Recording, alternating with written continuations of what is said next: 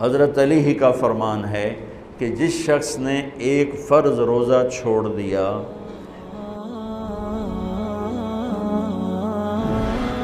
رمضان کیوں کہتے ہیں؟ رمضان کا مطلب ہے جل جانا، کس چیز کا جل جانا؟ صلاۃ الاوابین حین ترمز الفصال، نیک لوگ ایک نماز پڑھتے ہیں کب؟ جب اونٹ کے پاؤں جلنے لگیں، اونٹ کے پاؤں جب جلنے لگیں، اونٹ کے بچے کے پاؤں جب جلنے لگیں، تو رمضان میں جل جانا، اس کا روزے سے کیا تعلق ہے؟ اس کا روزے سے تعلق یہ ہے کہ 360 دن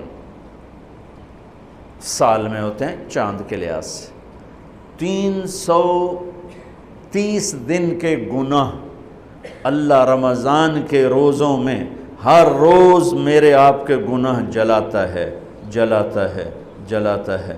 بھوک لگتی ہے ایک آگ بنتی ہے، پیاس لگتی ہے ایک آگ بنتی ہے، تو ہمارے لکڑی کی آگ میں چیزیں جلتی ہیں اور ہماری بھوک، روزے کی بھوک کی آگ میں گناہ جلتے ہیں، اور 29ویں روزے اللہ سارے سال کے گناہوں کو جلا کے روزہ والا یا روزے والی کو ایسے پاک کر دیتا ہے جیسے آج ماں کے پیٹ سے نکلا ہو، ایسے ان کو خوبصورت کر دیتا ہے۔ حج کا مہینہ آیا، اعمال اسی طرح ہیں جیسے ہوتے ہیں۔ رمضان کا مہینہ آیا تو میرے نبی کا اعلان ہو گیا، ایک فرض 70 فرض کے برابر ہو جاتا ہے تمہارا، نفل فرض کے برابر۔ فرض اور نفل میں فرق کیا ہے؟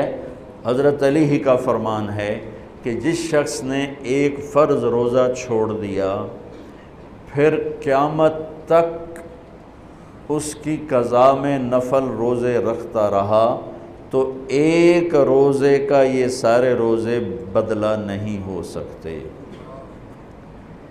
ایک نماز چھوڑ دی اور پھر اس کی قضا میں قیامت تک نفل پڑھتا رہا، تو فرض نماز کی ایک رکعت کے ایک سجدے کے برابر بھی نہیں ہے۔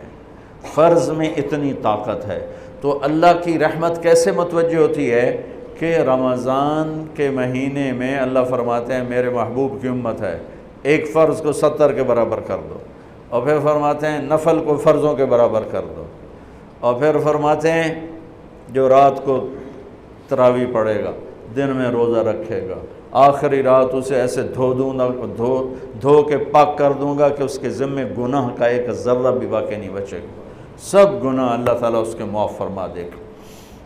اور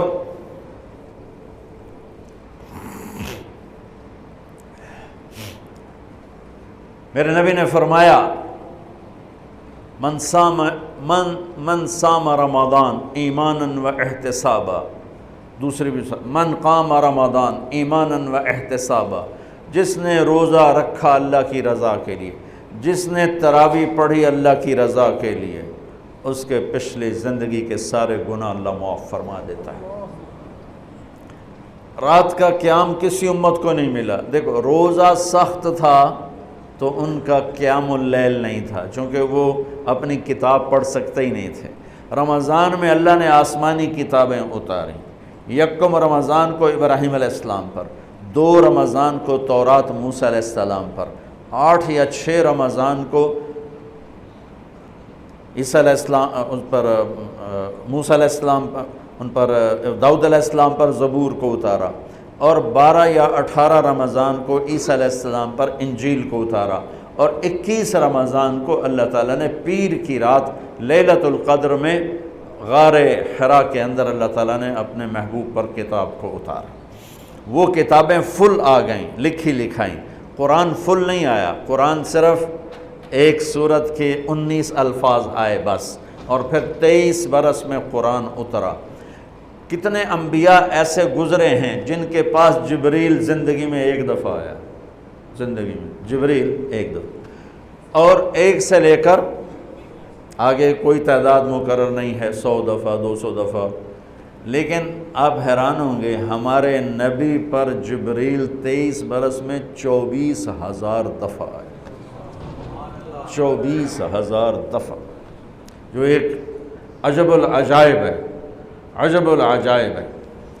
تو میرے بھائیوں، رات کی تراویح، دن کا روزہ، تراویح میں کیا ملنے والا ہے؟ میرے نبی کا فرمان ہے ہر سجدے پہ 1500 نیکی، ہر سجدے پہ 1500 نیکی۔ تھوڑی اپنی کاروباری مصروفیت گھٹاؤ، اپنی کاروباری مشقت گھٹاؤ، اپنے ملازموں کی بھی مشقت گھٹاؤ، تاکہ وہ تراویح پڑھ سکیں، روزہ رکھ سکیں، بشاشت سے پڑھ سکیں، اور اللہ کا فضل ہے ڈھیلے سے ڈھیلا حافظ بھی ہو تو 1.5 گھنٹے میں سارا کچھ نمٹ جاتا ہے۔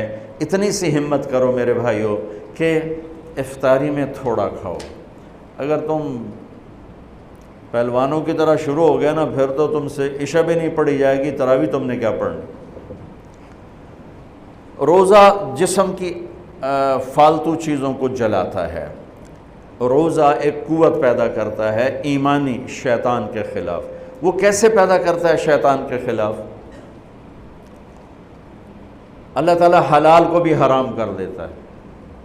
جب بیوی کو بھی شہوت سے دیکھنا حرام ہو گیا اور یہ اس پہ قابو پا گیا تو اوروں کی عزت کو یہ حرام نظر سے کیوں دیکھے گا؟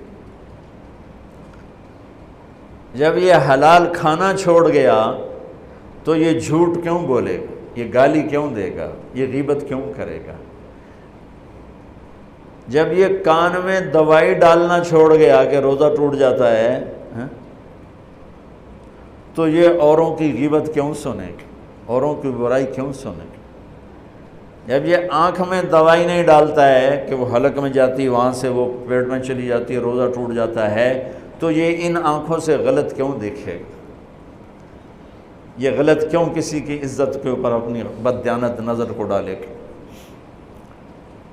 تو جب یہ اندھیرے میں بند کمرے میں ٹھنڈا پانی پڑا ہوا ہے اور ہاتھ نہیں لگاتا ہے اور اللہ کا دھیان اسے یاد ہوتا ہے کہ اللہ دیکھ رہا ہے، نہاتے ہوئے ہونٹ بند کر لیتا ہے کہ کوئی پانی کا قطرہ منہ میں نہ چلا جائے اور میرا روزہ نہ ٹوٹ جائے، خراب نہ ہو جائے، تو یہ جب اللہ کا اتنا دھیان اس کو نصیب ہو جاتا ہے کہ اللہ دیکھ رہا ہے، ورنہ کیا کسی کو کیا خبر کہ میں 2 گلاس پانی پیتا ہے یا میں پیاس سے بول رہا ہوں۔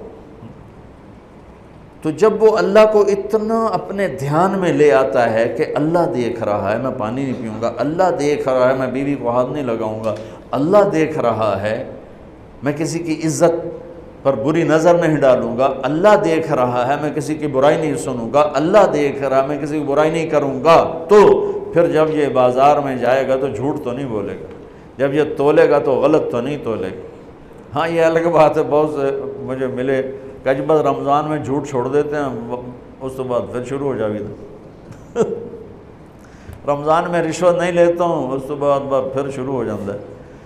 تو چلو شکر ہے 1 مہینہ تو مسلمان رہتے ہیں۔ اچھا اس کی وجہ کیا ہے کہ رشوت خور کہتا ہے جی رمضان میں نہیں، جی نہیں، رمضان میں جھوٹ نہیں بولنا، رمضان میں صحیح تولنا ہے، رمضان میں غلط نہیں تولنا ہے۔ کیوں؟ شیطان قید ہو جاتا ہے۔ رمضان میں نمازی کیوں بڑھ جاتے ہیں؟ شیطان قید ہو جاتا ہے۔ کسی امت کو یہ نہیں ملا کہ رمضان میں شیطان قید کیے جائیں، اس امت کو ملا رمضان میں شیطان قید ہو جاتے ہیں۔ کسی امت کو یہ نہیں ملا کہ رمضان میں جہنم کے دروازے بند ہو جائیں، اس امت کو ملا ہے رمضان میں جہنم کے دروازے بند ہو جاتے ہیں، جنت کے دروازے کھل جاتے ہیں۔